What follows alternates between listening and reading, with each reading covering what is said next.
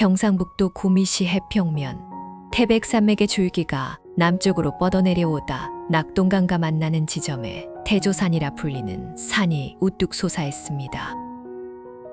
해발 500여 미터에 달하는 이 산은 그리 높지 않으나 그 품이 넓고 골짜기가 깊어 예로부터 산세가 장대하다는 평을 들어왔지요. 산의 서쪽 사면에는 기암괴석이 병풍처럼 둘러있고 동쪽으로는 완만한 능선이 마치 어머니의 팔처럼 부드럽게 감싸 내려오고 있습니다. 특히 봄이면 산 전체가 복사꽃으로 뒤덮여 마치 분홍빛 구름이 내려앉은 듯한 장관을 이루는데 이 때문에 예로부터 이곳을 도화동천이라 불렀다고 전해집니다. 바로 이 태조산의 남쪽 기슭 해발 250m쯤 되는 곳에 1500여 년의 세월을 견뎌온 고찰이 자리 잡고 있으니 그 이름이 바로 도리사입니다. 도리사는 한국 불교 역사에서 빠뜨릴 수 없는 성지이지요. 이곳이 왜 그토록 중요하냐 하면 바로 신라 땅에 처음으로 부처님의 법등이 밝혀진 곳이기 때문입니다. 고구려에서 불교가 전해진 것이 삼국 중 가장 빨랐고 백제가 그 뒤를 이었으나 신라는 가장 늦게 불교를 받아들였습니다. 그런데 그 신라 불교의 씨앗이 처음 뿌려진 땅이 바로 이 도리사라는 것이지요. 지금도 도리사에는 창건주 아도화상의 발자취가 곳곳에 서려 있어 많은 불자들이 순례의 마음으로 이곳을 찾아옵니다. 어떤 이는 불교 수용의 역사를 되새기기 위해, 어떤 이는 아도화상의 원력에 의지하여 소원을 빌기 위해 이 먼 곳까지 발걸음을 옮기지요. 오늘 들려드릴 이야기는 바로 그 아도화상에 관한 전설입니다. 어떻게 해서 고구려의 한 스님이 신라 땅까지 내려오게 되었으며 왜 하필 이 깊은 산속에 절을 세우게 되었는지, 그리고 이 절의 이름이 왜 도리사가 되었는지에 관한 이야기이지요. 특히 까마귀대가 스님을 이끌어 절터를 찾게 했다는 기이한 전설이 전해지는데 과연 그 까마귀들은 무엇이었을까요? 자, 본격적으로 이야기를 시작하기 전에 구독과 좋아요 버튼을 살짝 눌러보세요. 댓글에 나무 아미탑을 남겨주시면 그 공덕이 여러분께 평안으로 돌아가길 축원드립니다. 그럼 지금부터 1500년 전 신라 땅으로 함께 떠나보겠습니다. 고구려의 서울 평양에서 남쪽으로 천리를 내려오면 신라의 국경이 시작되는데 그 길은 험준한 산악을 넘고 거친 들판을 지나야 하는 고된 여정이었습니다. 460년 무렵, 그러니까 눌지왕이 신라를 다스리던 시절, 한 스님이 이 길을 홀로 걸어 내려오고 있었지요. 그 스님의 이름은 아도였습니다. 나이는 40줄에 접어들었으나 얼굴에는 주름 하나 없이 맑았고 머리를 깎은 지 오래되어 파르스름한 두피가 드러나 있었습니다. 등에는 낡은 바랑을 지고 손에는 나무 지팡이 하나를 들었을 뿐 그 외에는 아무것도 없었지요. 고구려에서 불법을 배운 그가 왜 굳이 신라까지 내려왔느냐 하면 그것은 꿈에서 받은 계시 때문이었습니다. 아도화상은 고구려의 이불란사에서 오랫동안 수행하던 승려였습니다. 그의 스승인 무코자 역시 고구려에서 명망 높은 법사였는데 어느 날 밤 무코자가 아도를 불러 말했지요. 아도야, 간밤에 내가 기이한 꿈을 꾸었느니라. 꿈속에서 관세음보살께서 나타나시어 말씀하시기를 신라 땅에 불씨를 전하라 하셨다. 그런데 내 몸은 이미 늙어 먼 길을 갈 수가 없구나. 네가 대신 그 원력을 이어받아 신라로 가거라. 아도는 스승의 말씀을 듣고 깊이 고개를 숙였습니다. 스승님, 신라는 아직 불법을 모르는 땅이라 들었습니다. 그곳 사람들이 어찌 승려를 받아들이겠습니까? 무코자는 고개를 끄덕이며 대답했지요. 그렇기 때문에 네가 가야 하는 것이다. 씨앗은 가장 척박한 땅에 뿌려져야 더 깊이 뿌리를 내리는 법이니라. 스승의 명을 받들어 아도는 길을 떠났습니다. 그러나 그 여정은 녹록지 않았지요. 당시 고구려와 신라는 적대 관계에 있었기에 국경을 넘는 것 자체가 목숨을 건 도박이나 다름없었습니다. 아도는 승려의 가사를 벗고 평범한 농부 차림을 하여 눈을 피했습니다. 깊은 산속 오솔길로만 다니고 사람이 많은 곳은 철저히 피했지요. 한 달여 만에 겨우 신라의 땅을 밟았을 때 아도는 지팡이의 의지에 간신히 서 있을 수 있을 정도로 비폐해져 있었습니다. 그러나 그의 눈빛만은 꺼지지 않았습니다. 부처님, 이 몸이 이 땅에 도착했사옵니다. 부디 이 땅의 중생들에게 법의 광명을 비추어 주시옵소서. 신라의 수도 서라벌에 가까워질수록 아도는 조심에 조심을 거듭했습니다.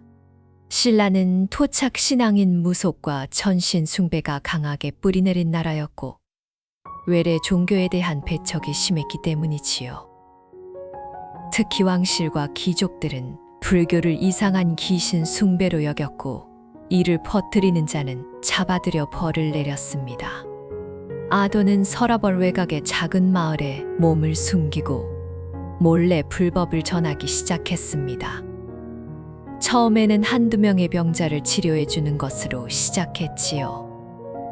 어느 농가의 아이가 고열에 시달리며 죽어가고 있을 때 아도가 약초를 다려 먹이고 밤새 연부를 외워주자 신기하게도 아이의 열이 내렸습니다.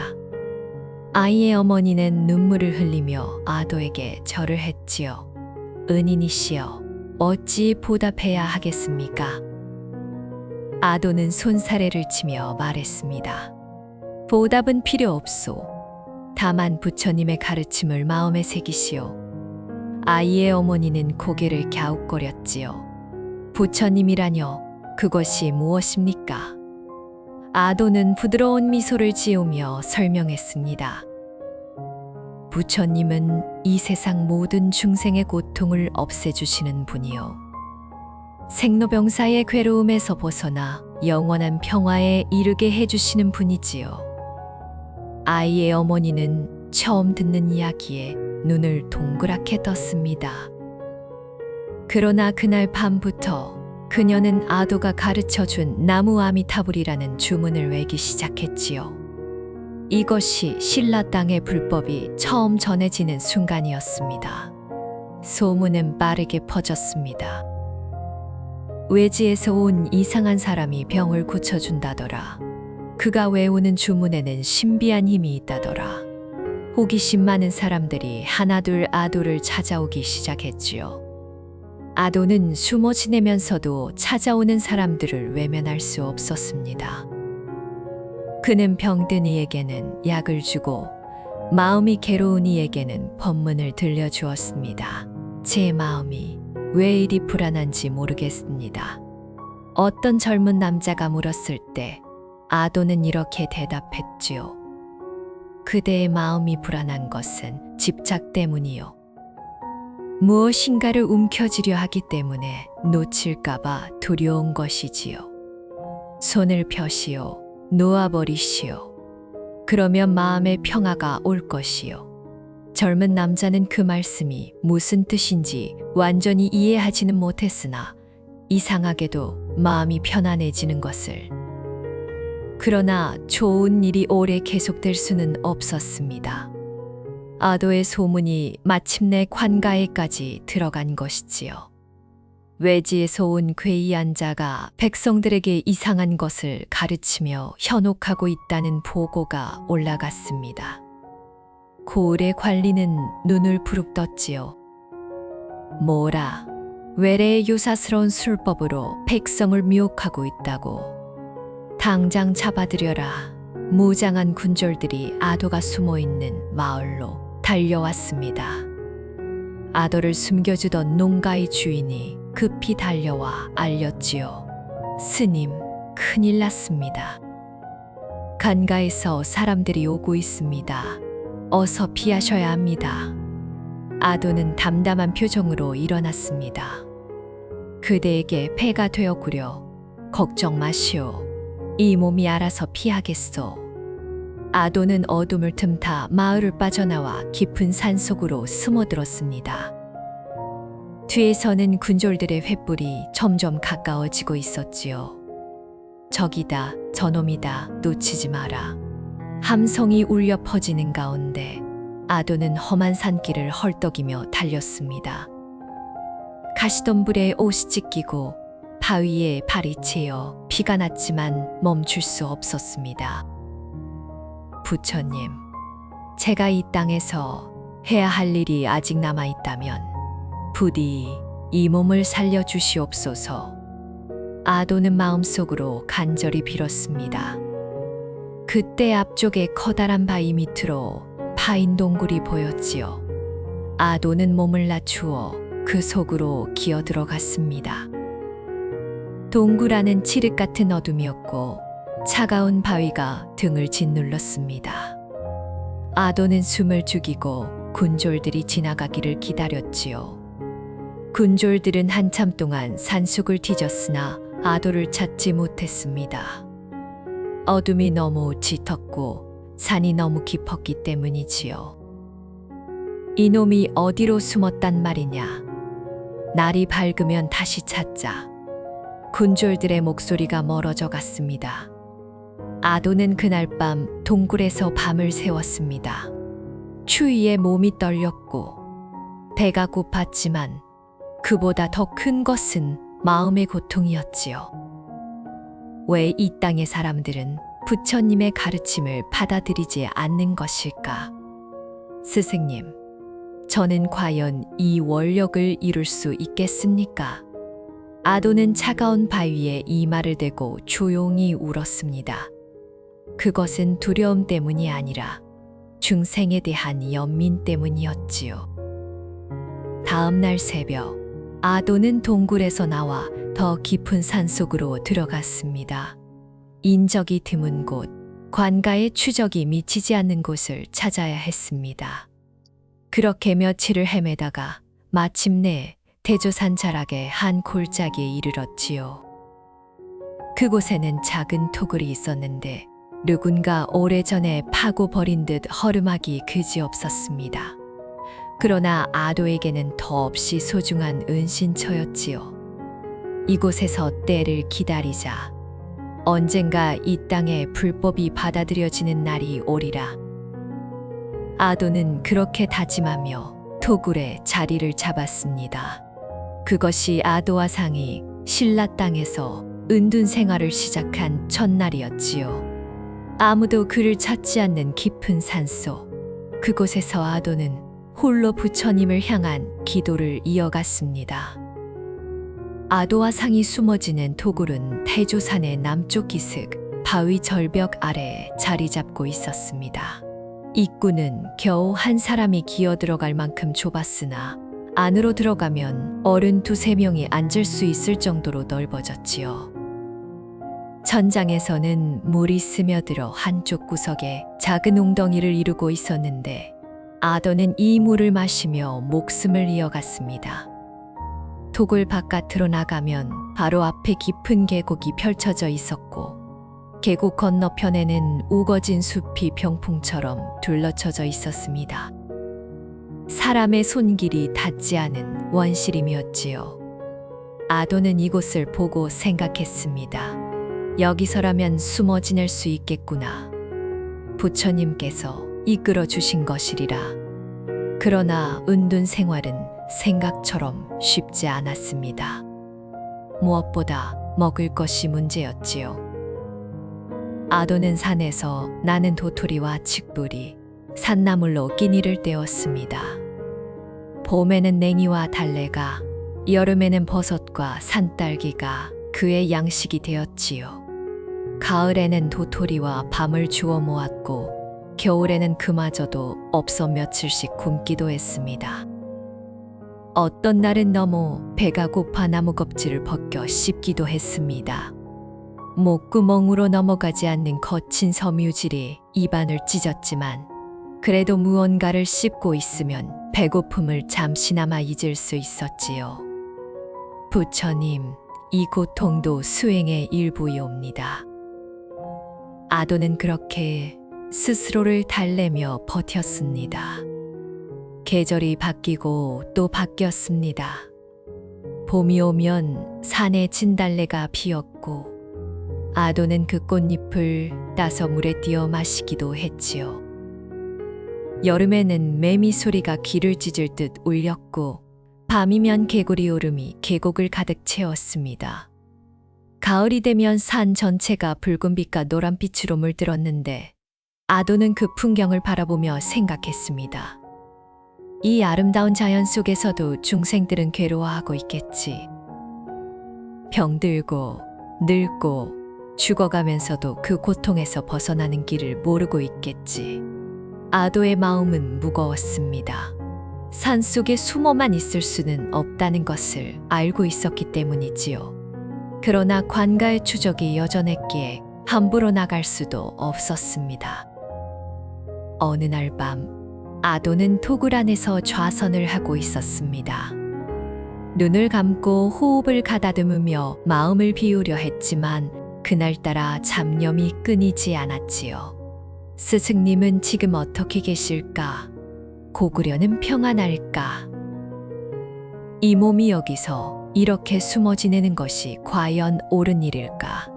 온갖 생각이 꼬리에 꼬리를 물고 이어졌습니다. 아도는 괴로웠습니다.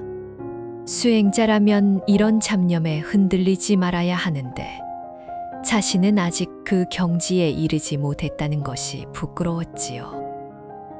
그때 토굴 바깥에서 이상한 소리가 들려왔습니다. 까, 까, 카, 마귀 울음소리였습니다. 아도는 눈을 떴습니다. 한밤중에 까마귀가 우는 것은 드문 일이었지요. 더구나 그 울음소리가 이상하게도 가까웠습니다. 마치 토굴 입구 바로 앞에서 울고 있는 것 같았습니다. 아도는 몸을 일으켜 토굴 밖으로 나갔습니다.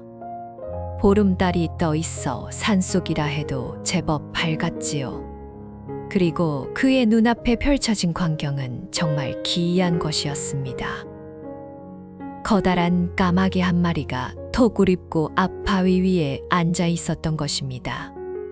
보통 까마귀보다 훨씬 컸고 깃털이 달빛을 받아 푸르스름하게 빛나고 있었지요. 까마귀는 아도를 똑바로 바라보며 다시 한번 울었습니다. 까. 아도는 본능적으로 손을 모아 합장했습니다. 이 까마귀는 보통 새가 아니다. 무언가 전하려는 것이 있구나. 아도는 그렇게 직감했지요. 까마귀는 몇 번 더 울더니 날개를 펴고 공중으로 날아올랐습니다. 그러고는 아도의 머리비를 몇 바퀴 돌았지요. 마치 따라오라는 듯이. 아도는 잠시 망설였습니다.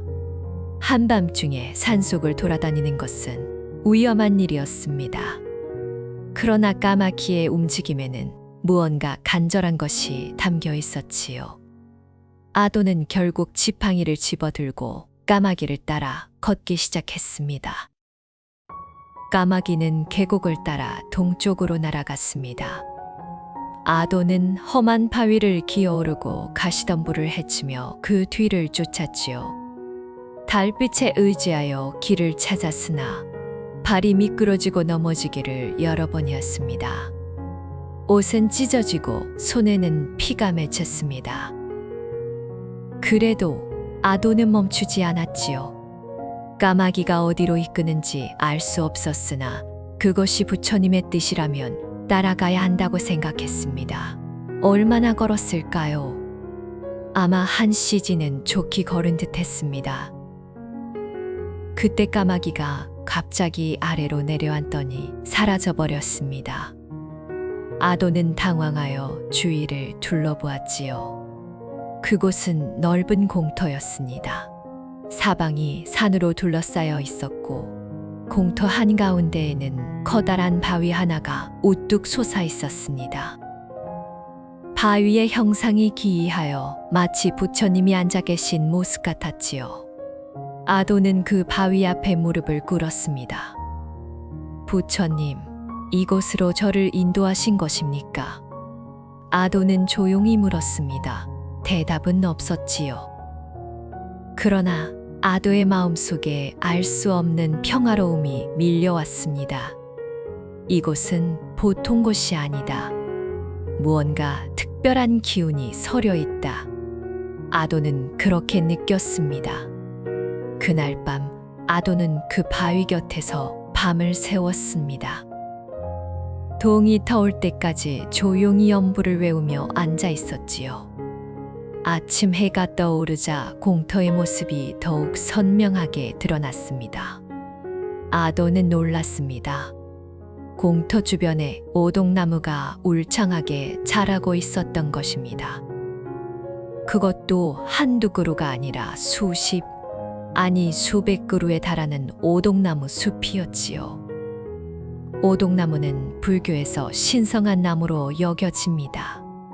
부처님께서 깨달음을 얻으신 보리수와 더불어 귀한 나무로 대접받지요. 아도는 이 오동나무 숲을 보고 확신했습니다. 이곳은 분명 부처님의 땅이다. 까마귀가 나를 이리로 이끈 것은 여기에 불법의 터전을 세우라는 뜻이리라. 아도의 눈에서 눈물이 흘러내렸습니다. 스승님, 드디어 이 몸이 해야 할 일을 찾은 것 같습니다. 그러나 아도는 서두르지 않았습니다. 관가의 추적이 여전했기에 공공연히 절을 짓는 것은 불가능했지요. 아도는 일단 이 공터 근처에 새로운 토굴을 파고 거처를 옮겼습니다. 예전 토굴보다 더 은밀하고 더 편안한 곳이었습니다. 그리고 매일 그 바위 앞에서 기도를 올렸지요. 부처님, 언젠가 이 땅에 불법이 펼쳐지는 날이 오기를, 그때까지 이 몸이 이곳을 지키겠나이다. 아도의 기도는 날이 갈수록 더욱 간절해졌습니다. 그리고 그 간절함은 서서히 주변으로 퍼져나가기 시작했지요. 소문은 산을 타고 퍼졌습니다. 깊은 산 속에 도인이 산다더라. 병을 고쳐주고 마음의 고통을 풀어준다더라. 처음에는 나무꾼이나 사냥꾼처럼 산에 드나드는 사람들 사이에서만 돌던 소문이 차츰 산 아래 마을로까지 퍼져나갔습니다. 용기 있는 사람들이 하나둘 하둘을 찾아오기 시작했지요. 그들은 대부분 병들었거나 마음의 괴로움을 안고 있는 사람들이었습니다. 아도는 그들을 외면하지 않았습니다. 몰래 만나 치료해주고 가르침을 주었지요. 그러나 절대 이 사실을 다른 사람에게 말하지 마시오.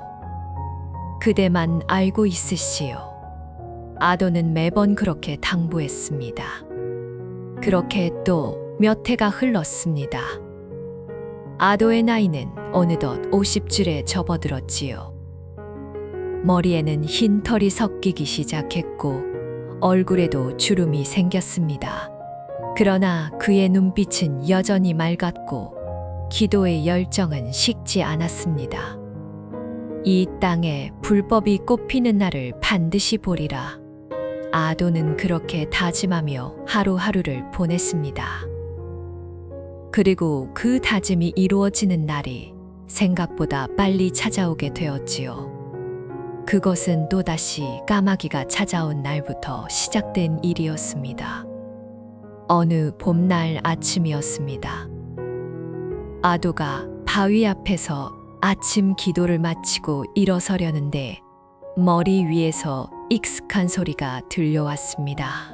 까, 까, 까. 아도는 고개를 들었지요. 하늘에 까마귀가 날고 있었습니다. 그것도 한 마리가 아니라 10마리, 아니 20마리, 아니 그 이상이었습니다. 까마귀 떼가 공터 위를 빙글빙글 돌며 울고 있었지요. 그 광경은 처음 보는 것이었습니다. 아도는 합장하며 위를 올려다보았습니다. 부처님, 이것은 무슨 징조입니까?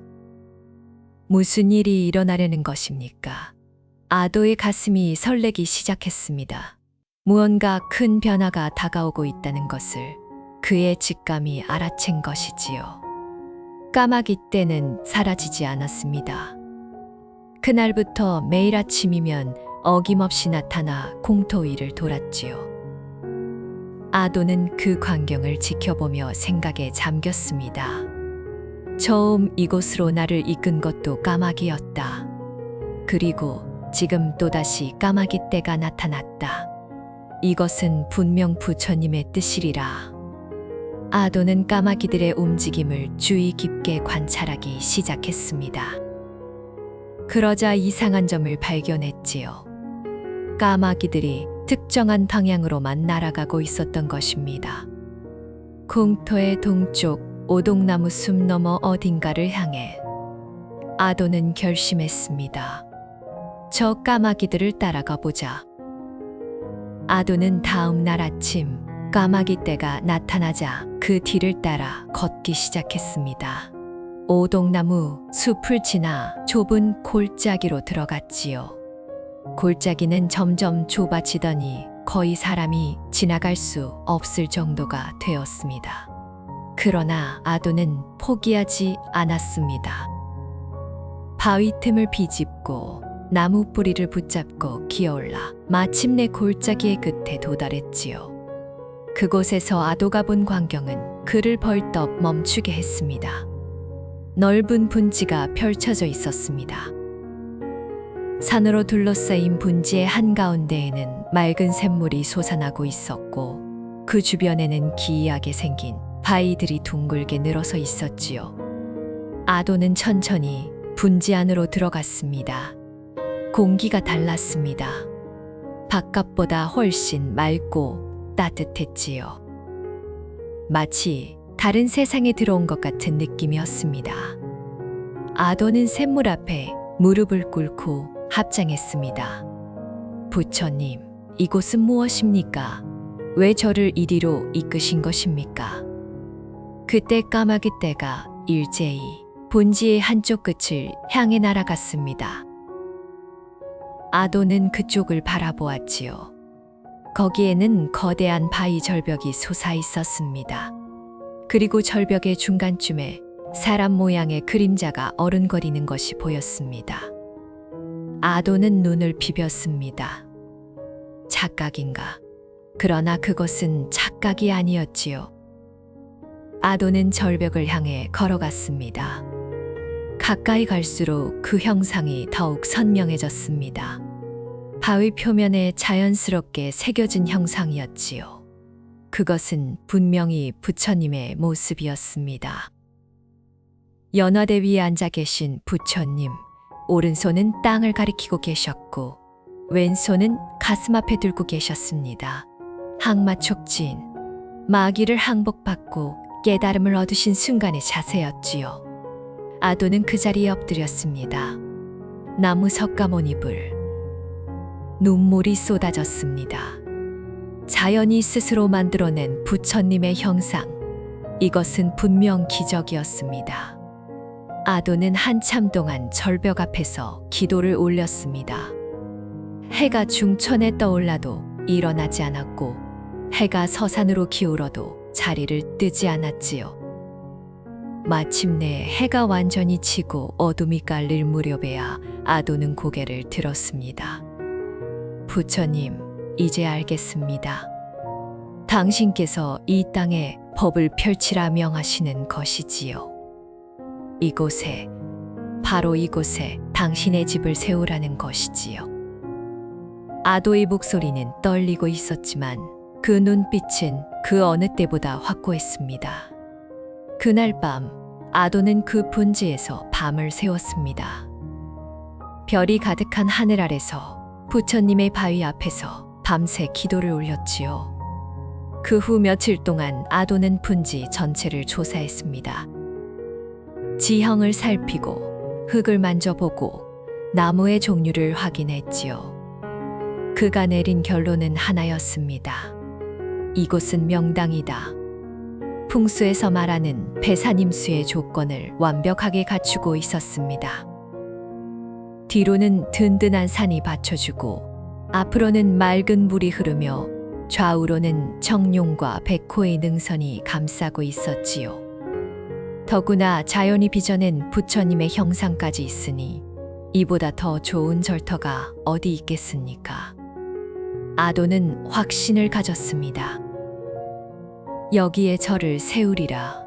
신라 불교의 첫 번째 사찰을 이곳에 세우리라. 그러나 문제는 있었습니다.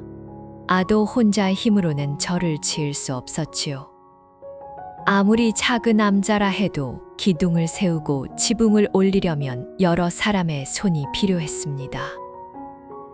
또한 관가의 눈을 피해야 했습니다. 만약 절을 짓는다는 소문이 퍼지면 군졸들이 들이닥칠 것이 분명했지요. 아도는 고민했습니다. 어떻게 해야 이 일을 이룰 수 있을까? 부처님, 저에게 지혜를 주시옵소서. 그리고 마침내 한 가지 계획을 세웠지요. 아도는 그동안 자신을 찾아왔던 사람들을 떠올렸습니다. 병을 고쳐주고 가르침을 주었던 그들. 그 중에는 신심이 깊어 부처님을 진심으로 믿게 된 사람들이 있었지요. 아도는 조심스럽게 그들을 한 명씩 불렀습니다. 그대에게 부탁할 일이 있소. 그대가 나를 도와줄 수 있겠소. 그렇게 모인 사람이 처음에는 5명이었습니다. 모두 산 아래 마을에서 온 농부들이었지요. 그들은 아도 화상을 스승으로 모시고 있었고 그의 부탁이라면 무엇이든 들을 각오가 되어 있었습니다. 스님, 무엇을 해야 합니까? 그들이 물었을 때 아도는 대답했습니다. 부처님의 집을 지으려 하오. 이 깊은 산 속에 아무도 모르는 곳에 작은 암자를 세우려 하는데 그대들이 도와줄 수 있겠소. 농부들은 고개를 끄덕였지요. 스님을 위해서라면 어떤 일이든 하겠습니다. 다만 관가에 알려지면 우리 모두 목숨이 위험합니다. 아도는 그들의 어깨를 두드렸습니다. 걱정 마시오. 모든 것은 은밀히 진행할 것이오. 부처님께서 지켜주실 것이오. 그렇게 해서 신라 최초의 사찰을 짓기 위한 비밀 계획이 시작되었습니다. 작업은 밤에만 이루어졌습니다. 낮에는 농부들이 평소처럼 밭일을 했고 해가 지면 몰래 산으로 올라왔지요. 그들은 나무를 베어 기둥을 만들고 흙을 이겨 벽을 세웠습니다. 보름달이 뜨는 밤에는 불빛 없이도 작업이 가능했고 그로운 밤에는 햇불을 피워야 했으나 골짜기 깊숙한 곳이라 바깥에서는 보이지 않았습니다. 아도도 함께 일했습니다. 흙을 나르고 나무를 다듬는 일에 손수 참여했지요. 스님의 몸이라 해서 귀한 것이 아니요. 모든 일은 함께 해야 하는 것이요. 아도는 그렇게 말하며 젊은이들 못지않게 일했습니다. 그러나 일은 더디게 진행되었습니다. 사람이 적었고 시간도 없었기 때문이지요. 그런데 이상한 일이 일어나기 시작했습니다. 작업을 하다 보면 어디선가 까마귀 떼가 나타나 도움을 주었던 것입니다. 가령 커다란 돌을 옮겨야 할 때 까마귀들이 몰려와 부리로 돌을 주었습니다. 그러면 신기하게도 돌이 적당한 크기로 갈라졌지요. 나무를 벨 때도 마찬가지였습니다. 까마귀들이 나무 주변을 빙글빙글 돌면 나무가 원하는 방향으로 쓰러졌습니다. 농부들은 두려워하면서도 신기해했지요. 스님, 저 까마귀들은 대체 무엇입니까? 아도는 미소 지으며 대답했습니다. 부처님께서 보내신 호법 신중이요. 우리를 돕기 위해 온 것이니 두려워 말고 감사히 여기시오. 그렇게 한 달, 2달, 석 달이 지났습니다. 마침내 작은 암자의 뼈대가 완성되었지요. 기둥 4개에 지붕 하나, 그리고 작은 방 하나짜리 정말 소박한 건물이었습니다. 그러나 아도에게는 그것이 세상 무엇보다 귀했지요. 이것이 신라 불교의 첫걸음이다. 여기서부터 부처님의 가르침이 이 땅에 퍼져나가리라. 아도는 완성된 암자를 바라보며 눈물을 흘렸습니다. 스승님, 보고 계십니까? 제가 해냈습니다. 이 척박한 땅에 부처님의 집을 세웠습니다. 아도는 북쪽 하늘을 향해 깊이 절을 올렸습니다. 그러나 암자만 있어서는 부처님을 모셔야 했지요. 아도는 농부들과 함께 절벽에 새겨진 부처님 형상 앞에 작은 제단을 만들었습니다. 그리고 나무를 깎아 만든 작은 불상을 암자 안에 모셨지요. 솜씨가 서투로 형상이 볼품없었으나 아도는 거기에 온 마음을 담았습니다. 부처님, 비록 보잘것없는 집이고 보잘것없는 산이오나 제 정성만은 진실되오니 부디 이곳에 머물러 주시옵소서. 아도가 그렇게 기도를 올리자 바람 한 점 없던 암자 안에서 향의 연기가 갑자기 똑바로 하늘로 올라갔습니다.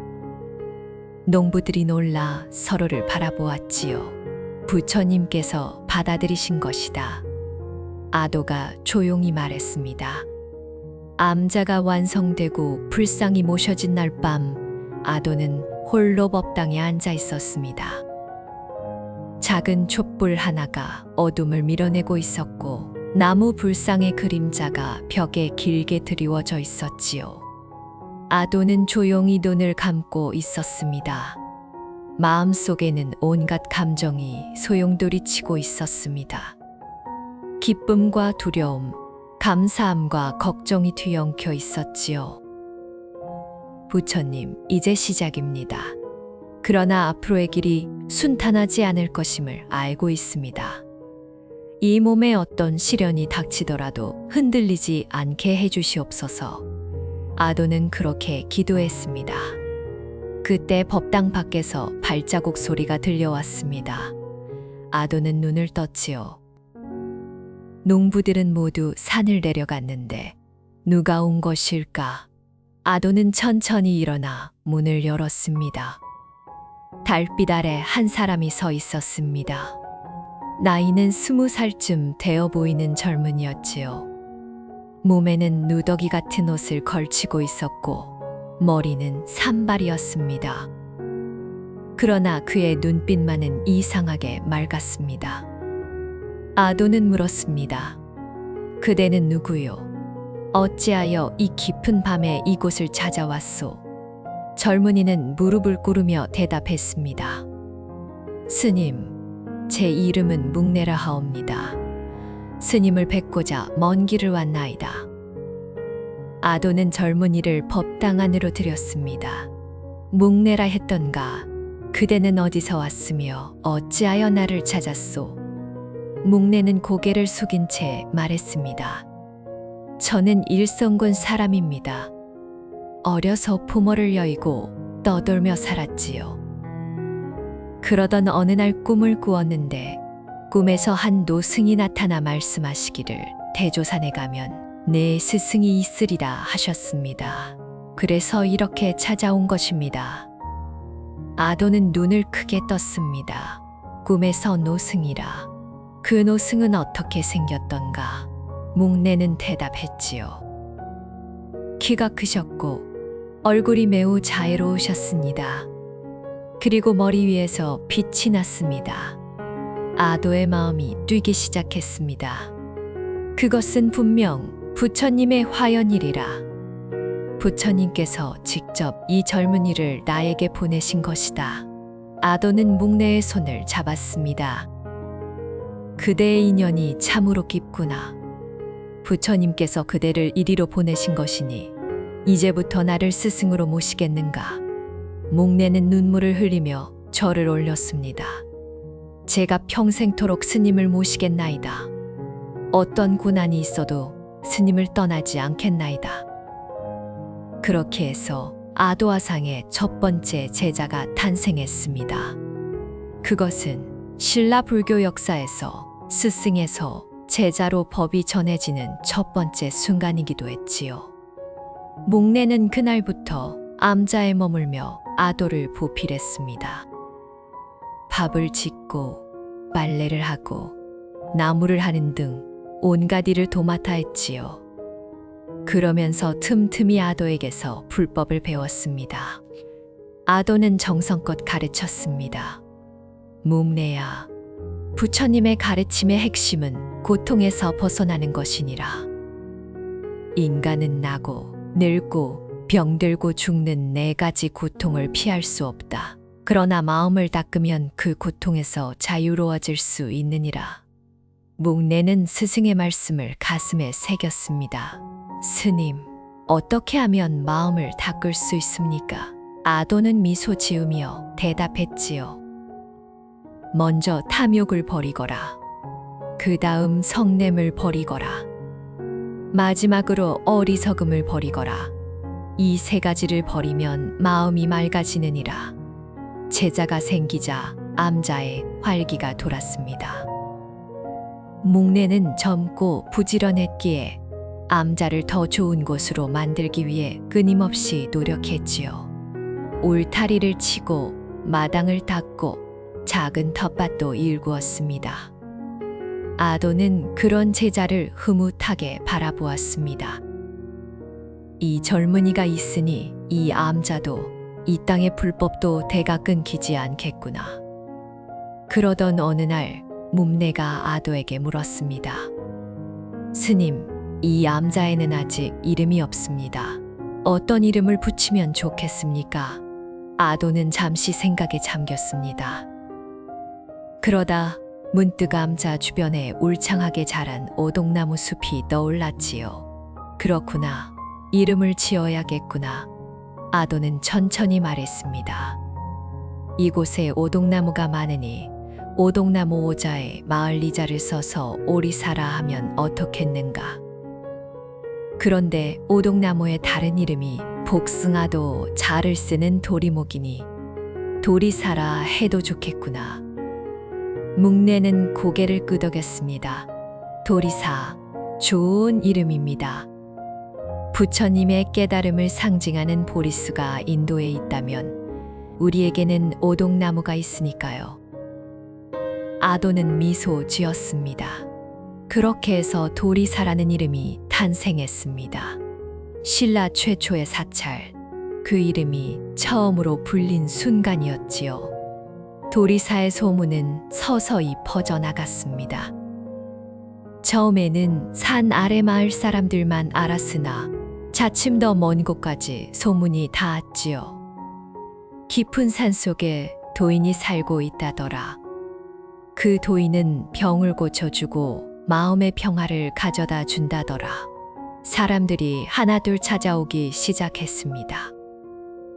대부분은 병들었거나 괴로움을 안고 있는 사람들이었지요.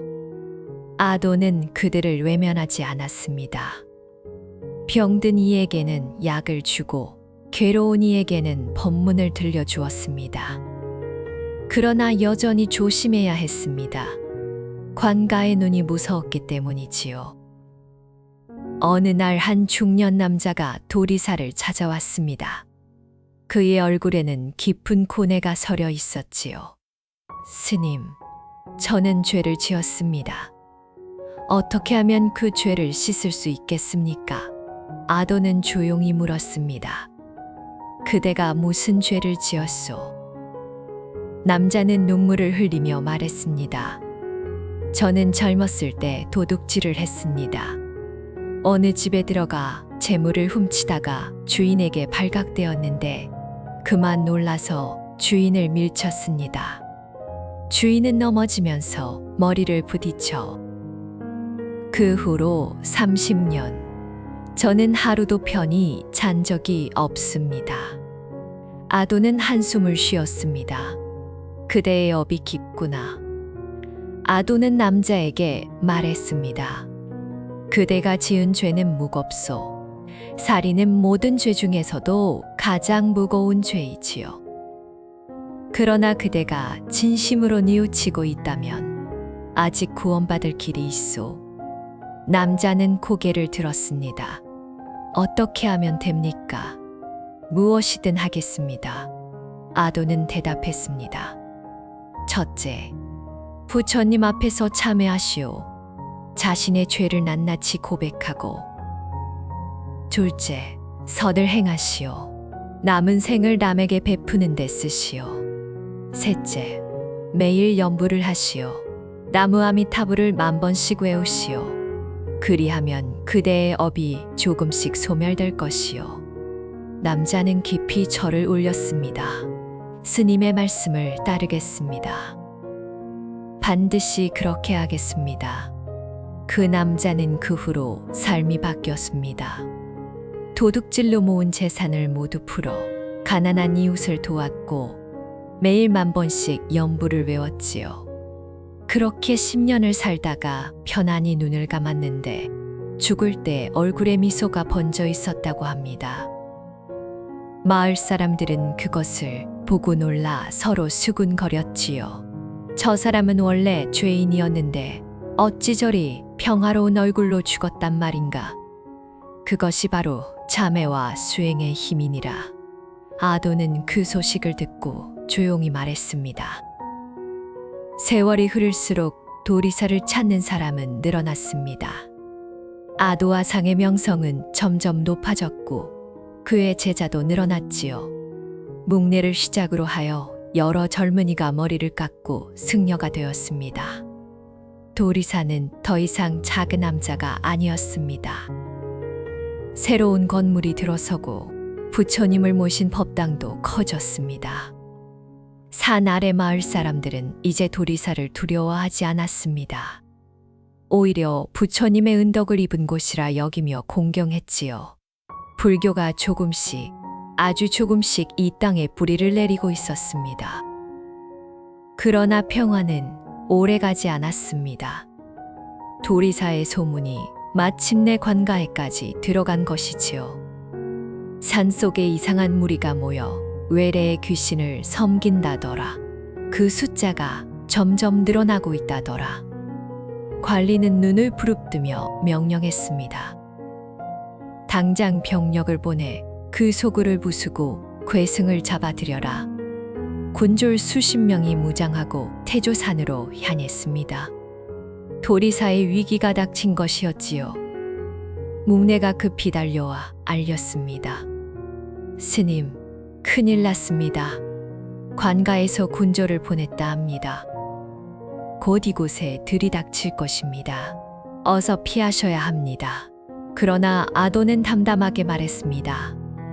피하지 않겠다. 묵례는 당황했습니다. 스님, 그러시면 목숨이 위험합니다. 아도는 고개를 저었습니다. 내가 피하면 이 절이 불탈 것이고 여기 모인 신도들이 해를 입을 것이다. 내가 나서서 막겠다. 부처님께서 지켜주실 것이다. 아도는 천천히 일어나 법당 밖으로 나갔습니다. 그리고 도리사의 입구를 향해 걸어갔지요. 군졸들이 도착했습니다. 횃불을 든 무장한 남자들이 도리사의 마당으로 밀려 들어왔지요. 저곳이다. 저기가 괴승의 소굴이다. 불을 질러라. 그러나 그 순간 아도아상이 그들 앞에 나타났습니다. 흰 승복을 입은 노승이 홀로 서서 수십 명의 군졸을 마주하고 있었습니다. 그 모습이 어찌나 의연했던지 앞장서던 군졸들이 멈칫했습니다. 아도가 입을 열었습니다. 나는 아도라 하오. 이 절에 주지요. 무슨 일로 이리 오셨소? 군졸들의 두목이 앞으로 나섰습니다. 내 놈이 백성을 현혹하는 괴승이냐? 명을 받들어 내 놈을 잡으러 왔다. 순순히 따라오면 목숨은 살려주마. 아도는 미소를 지었습니다. 나는 백성을 현혹한 적이 없소. 다만 부처님의 가르침을 전했을 뿐이요. 부처님은 모든 중생의 고통을 없애주시는 분이시여. 이것이 어찌 해로운 일이겠소. 두목은 고웃음을 쳤습니다. 무슨 헛소리냐. 당장 잡아라. 군졸들이 아도를 향해 달려들었습니다. 바로 그 순간이었습니다. 하늘에서 시커먼 구름 같은 것이 몰려왔습니다. 아니, 그것은 구름이 아니었습니다. 까마귀였지요. 수백, 아니 수천 마리의 까마귀 떼가 하늘을 뒤덮으며 날아왔습니다. 까, 까, 까. 그 울음소리가 천지를 뒤흔들었습니다. 군졸들은 놀라 하던 일을 멈추고 하늘을 올려다보았지요. 뭐냐 저것은. 까마귀 떼가 군졸들 위로 내려앉기 시작했습니다. 날카로운 부리가 투구를 쪼고 발톱이 얼굴을 핥히었습니다. 아, 으아. 군졸들의 비명이 터져나왔습니다. 그들은 횃불을 버리고 도망치기 시작했지요. 그러나 까마귀 떼는 집요하게 뒤쫓으며 공격을 멈추지 않았습니다. 도망쳐라. 어서 도망쳐. 두목도 위험을 버리고 주랭랑을 쳤습니다. 불과 몇 분 만에 도리사 마당에는 버려진 횃불과 떨어진 무기만이 남았지요. 까마귀 떼는 군졸들을 산 아래까지 쫓아갔다가 돌아왔습니다. 그리고 도리사 위를 몇 바퀴 돌더니 어디론가 사라져 버렸습니다. 아도화상은 하늘을 향해 합장했습니다. 부처님, 감사하옵니다. 제자들과 신도들이 달려와 아도를 둘러쌌지요. 스님, 괜찮으십니까? 스님. 아도는 미소를 지으며 말했습니다. 괜찮다. 부처님께서 지켜주셨다. 저 까마귀들은 부처님께서 보내신 호법 신중이니라. 앞으로도 이 도리사를 지켜주실 것이니 두려워 말거라. 제자들은 눈물을 흘리며 절을 올렸습니다. 나무 아미타불, 나무 아미타불. 그 일이 있은 후 관가에서는 더 이상 도리사를 건드리지 않았습니다. 까마귀 떼에 쫓겨 돌아온 군졸들의 말을 듣고 두려움을 느꼈기 때문이지요. 저곳에는 귀신이 있습니다. 하늘에서 까마귀가 수천 마리나 내려와 우리를 공격했습니다. 범접할 곳이 아닙니다. 관리들은 고개를 저으며 말했습니다. 그렇다면 건드리지 말자. 괜히 건드렸다가 화를 입을 것이 없다. 이렇게 해서 도리사는 살아남았습니다. 까마귀의 각오 덕분이었지요. 그 일 이후 까마귀는 도리사의 수호신으로 여겨지게 되었습니다. 마을 사람들은 까마귀를 보면 함부로 해치지 않았고 도리사 근처의 까마귀에게는 먹을 것을 나누어 주기도 했지요. 아도화상은 이렇게 말했습니다. 까마귀는 불길한 새가 아니니라. 부처님의 뜻을 전하는 영물이니라. 까마귀를 공경하면 복을 받을 것이요. 까마귀를 해치면 화를 입을 것이니라. 이 가르침은 오랜 세월 이어져 내려왔고 지금까지도 도리사 근처에서는 까마귀를 신성시하는 풍습이 남아있다고 합니다. 아도화상은 그 후로도 오랫동안 도리사에 머물며 불법을 전했습니다. 그의 제자는 수십 명으로 늘어났고 신도는 수백 명에 이르렀지요. 도리사는 신라 불교의 구심점이 되었습니다. 물론 아직까지 불교가 공식적으로 인정받은 것은 아니었습니다. 그러나 씨앗은 이미 뿌려졌고 그 씨앗은 조금씩 싹을 틔우고 있었지요. 아도화상은 그것을 보며 흐뭇해했습니다. 스승님, 제가 약속을 지켰습니다. 이 땅에 불씨를 심었습니다. 이제 이 불씨가 활활 타오르는 것은 시간 문제입니다. 세월은 물처럼 흘러갔습니다. 아도화상의 머리카락은 점점 하얗게 새어갔고 얼굴에는 주름이 깊이 새겨졌지요. 그러나 그의 눈빛은 여전히 맑았고 목소리는 여전히 힘이 있었습니다. 도리사는 이제 제법 큰 사찰이 되어 있었습니다. 대웅전과 요사체가 새로 지어졌고 범종도 하나 갖추게 되었지요. 새벽마다 울려 퍼지는 범종 소리가 산 아래 마을까지 들렸습니다. 그 소리를 듣고 사람들은 생각했습니다. 오늘도 스님들이 기도를 올리는구나. 우리를 위해 복을 빌어주시는구나. 아도 화상은 어느 날 제자들을 모아놓고 말했습니다. 내 나이 이제 80을 바라보니 이 몸이 언제 떠날지 모르겠구나. 그 전에 너희에게 당부할 것이 있다.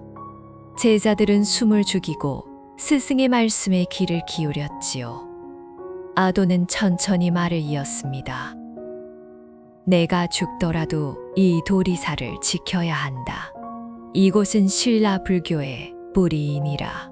뿌리가 든든해야 나무가 크게 자라는 법이다. 너희가 이 뿌리를 튼튼히 하면 언젠가 이 나라 전체에 불법이 펼쳐지는 날이 올 것이니라. 묵내가 눈물을 글썽이며 스님, 그날이 과연 오겠습니까? 지금까지도 관가에서는 불교를 박해하고 있지 않습니까? 아도는 미소를 지으며 대답했습니다. 올 것이다. 반드시 올 것이다. 내가 보지는 못하겠으나 너희는 볼 것이고 너희의 제자들은 분명히 볼 것이다. 인내하거라. 부처님께서는 결코 이 땅을 버리지 않으실 것이니라. 제자들은 고개를 숙이고 스승의 말씀을 가슴에 새겼습니다.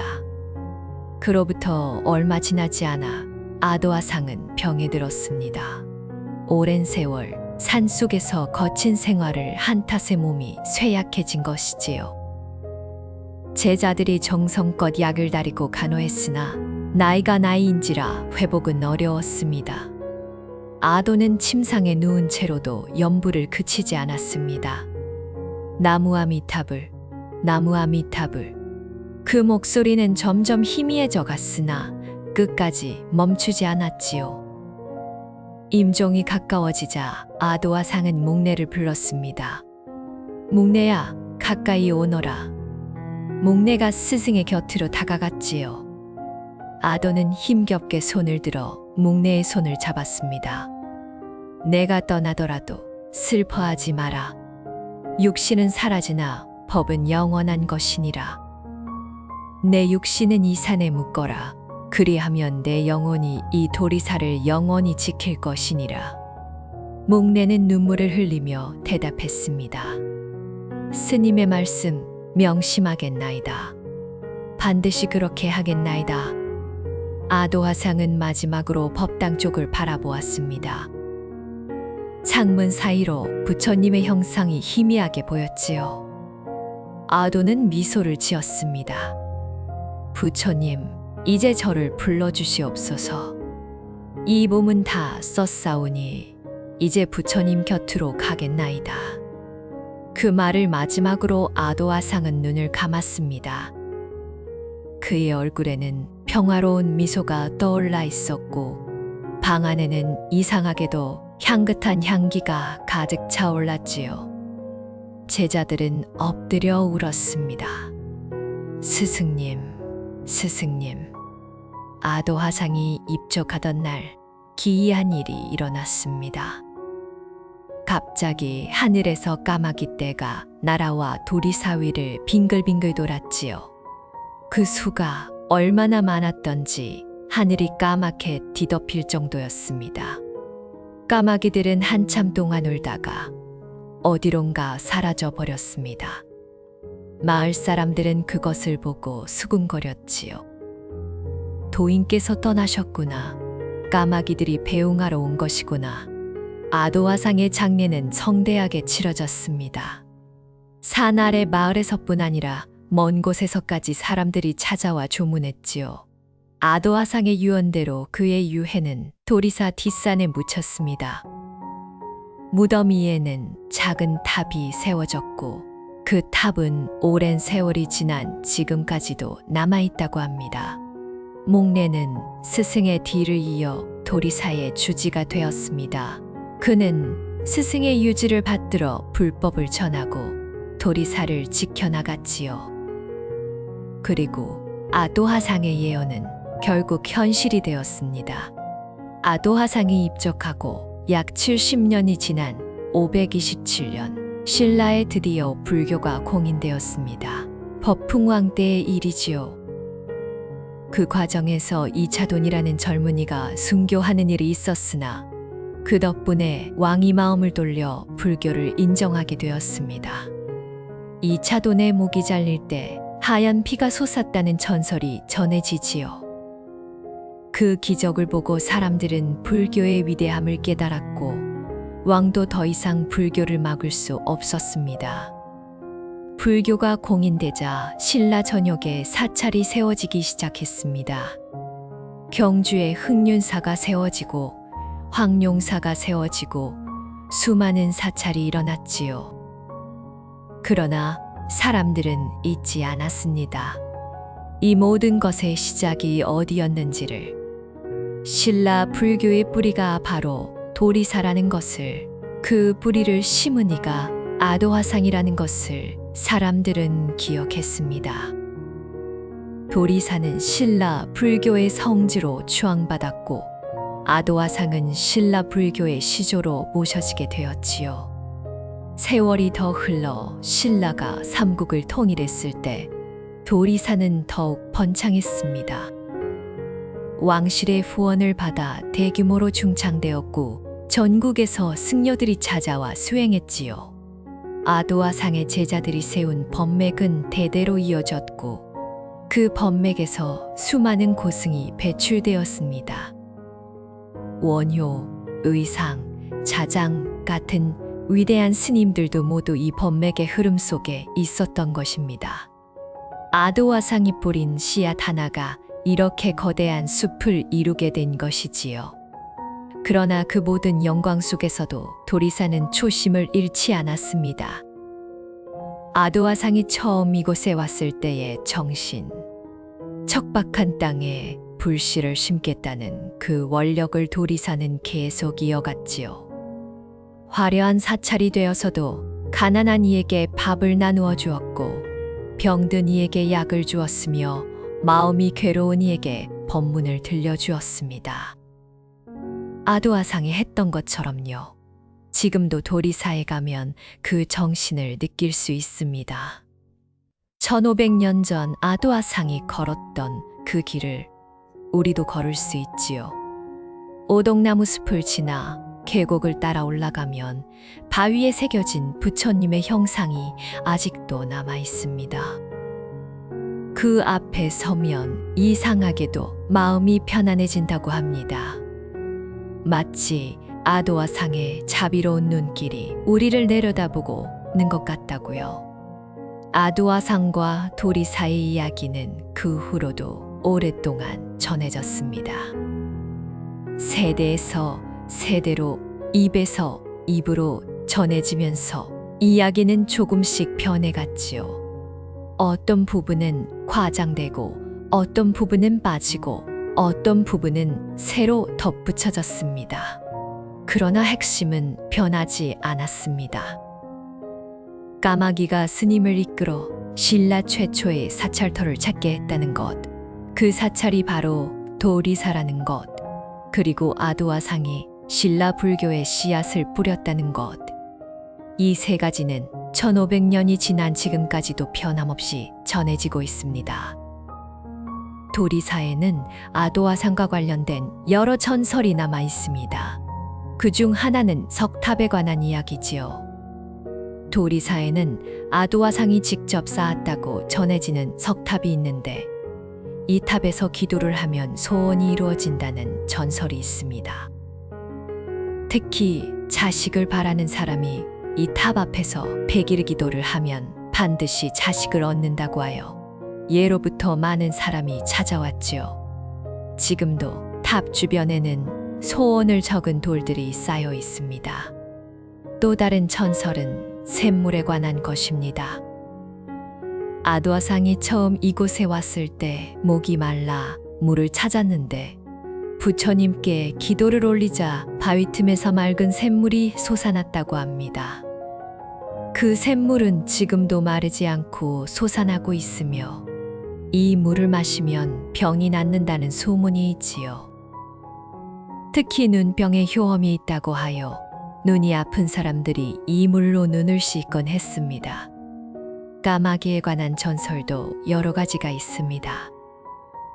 도리사 근처에서 까마귀가 이상하게 울면 절에 좋은 일이 생긴다고 하고 반대로 까마귀가 보이지 않으면 재앙이 온다고도 합니다. 어떤 전설에서는 아도화상의 영혼이 까마귀로 환생하여 지금까지도 도리사를 지키고 있다고 하지요. 까마귀를 해치면 아도화상의 저주를 받는다는 이야기도 있어서 도리사 근처 사람들은 절대로 까마귀를 잡지 않습니다. 가장 신비로운 전설은 아도아상의 무덤에 관한 것입니다. 도리사 뒷산 어딘가에 아도아상의 무덤이 있다고 전해지는데 그 정확한 위치는 아무도 모른다고 합니다. 오래전에 누군가가 그 무덤을 찾아 도굴하려 했으나 산 전체에 안개가 짙게 끼고 길을 잃어 결국 포기했다는 이야기가 있지요. 아도아상의 영혼이 자신의 무덤을 지키고 있다는 것입니다. 도리사는 그 후로 여러 번의 흥망성쇠를 겪었습니다. 통일신라 시대에는 크게 번창했으나 고려 시대에는 잠시 쇠퇴했고 조선 시대에는 숭유억불 정책으로 어려움을 겪었지요. 그러나 그때마다 도리사는 다시 일어섰습니다. 마치 아도아상의 정신이 스며든 것처럼 어떤 시련에도 굴하지 않고 버텨냈지요. 불이 나서 건물이 타면 다시 지었고 승려가 쫓겨나면 다시 돌아왔으며 재정이 어려워지면 신도들이 힘을 모아 살려냈습니다. 일제강점기에는 또 다른 시련이 있었습니다. 일본인들이 도리사의 문화재를 약탈하려 했으나 마을 사람들이 목숨을 걸고 지켜냈지요. 특히 아도아상의 진영, 그러니까 초상화는 마을 사람들이 몰래 숨겨두었다가 해방 후에야 다시 절에 모셨습니다. 그 진영은 지금도 도리사에 보관되어 있는데 아도아상의 자유로운 모습이 생생하게 담겨 있다고 합니다. 한국 전쟁 때도 도리사는 큰 피해를 입었습니다. 전투가 벌어지면서 건물 대부분이 불타버렸지요. 그러나 전쟁이 끝난 후 사람들은 다시 도리사를 일으켰습니다. 해허 위에 새 건물을 지었고 하게된 문화재를 복원했으며 흩어진 승려들을 불러 모았습니다. 도리사는 다시 한번 불사조처럼 일어난 것이지요. 지금의 도리사는 1500년의 역사가 고스란히 담긴 곳입니다. 아도아상이 처음 기도를 올렸다는 바위가 있고 까마귀가 이끌어 찾았다는 터가 있고 오동나무 숲이 있고 부처님 형상의 바위가 있습니다. 물론 세월이 흐르면서 건물은 여러 번 다시 지어졌고 지형도 조금씩 바뀌었습니다. 그러나 그 정신만은 변하지 않았습니다. 부처님의 가르침을 전하겠다는 아도아상의 원력. 그 원력은 1500년이 지난 지금도 도리사에 살아 숨쉬고 있습니다. 매년 봄이면 도리사에서는 아도아상을 기리는 법회가 열립니다. 전국에서 불자들이 모여 아도아상의 덕을 찬양하고 그의 원력을 이어받겠다고 다짐하지요. 법회가 끝나면 참가자들이 함께 산을 오릅니다. 아도아상이 걸었던 그 길을 1500년 후에 우리가 걷는 것입니다. 오동나무 숲을 지나고 계곡을 따라 올라가고 마침내 부처님 형상의 바위 앞에 섭니다. 그리고 모두 합장하여 기도를 올리지요. 나무 아미타불. 도리사의 이야기는 단순한 전설이 아닙니다. 그것은 신라 불교의 시작을 알려주는 역사이자 한 사람의 원력이 어떻게 세상을 바꿀 수 있는지 보여주는 증거이지요. 아도아상은 평범한 승려였습니다. 특별한 신통력이 있었던 것도 아니고 왕실의 후원을 받은 것도 아니었습니다. 오히려 박해받고 쫓기며 숨어 살아야 했지요. 그러나 그는 포기하지 않았습니다. 부처님의 가르침을 이 땅에 전하겠다는 원력 하나로 온갖 시련을 이겨냈습니다. 까마귀가 아도아상을 이끈 것은 우연이 아니었을 것입니다. 그것은 부처님의 뜻이었고 아도아상의 간절한 기도에 대한 응답이었지요. 부처님은 때로 이렇게 기이한 방법으로 중생을 이끄십니다. 눈에 보이는 형상으로 나타나시기도 하고 꿈으로 말씀하시기도 하며 때로는 까마귀나 다른 동물을 보내시기도 합니다. 중요한 것은 그 징조를 알아보고 따르는 것이지요. 산나 아도아상은 까마귀의 인도를 의심하지 않고 따랐고 그 덕분에 신라 불교의 첫 성지를 찾을 수 있었습니다. 지금 우리가 사는 세상에도 까마귀가 날아다니고 있습니다. 물론 그것은 진짜 까마귀가 아닐 수도 있지요. 어쩌면 우연히 만난 사람일 수도 있고 불현듯 떠오른 생각일 수도 있으며 예기치 않은 사건일 수도 있습니다.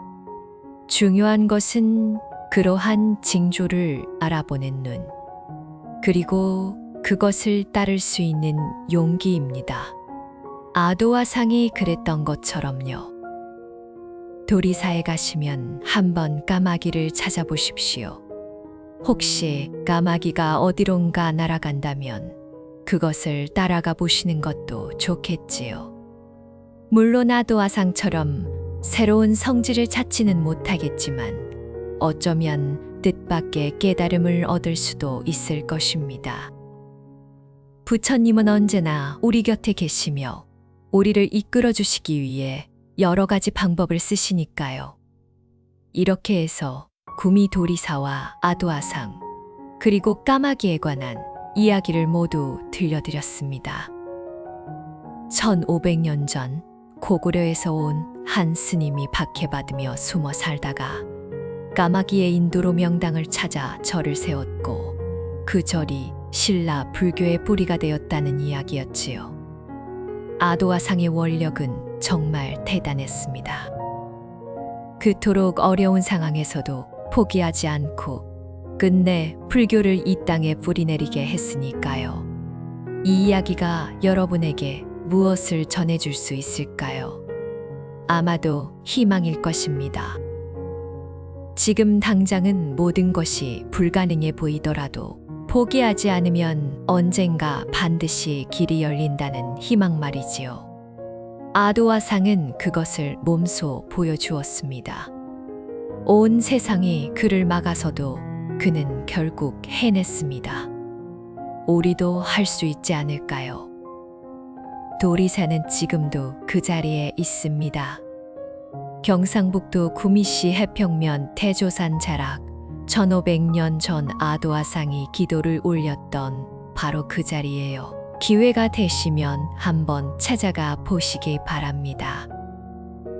오동나무 숲을 지나 계곡을 따라 올라가면 이상하게도 마음이 편안해지는 것을 느끼실 수 있을 것입니다. 아도아상의 자비로운 눈길이 여러분을 내려다보고 있을 테니까요.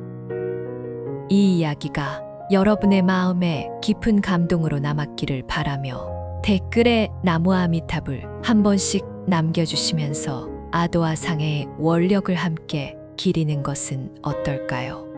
오늘도 영상 끝까지 시청해 주셔서 오늘 영상이 재미있으셨다면 구독과 좋아요 부탁드립니다.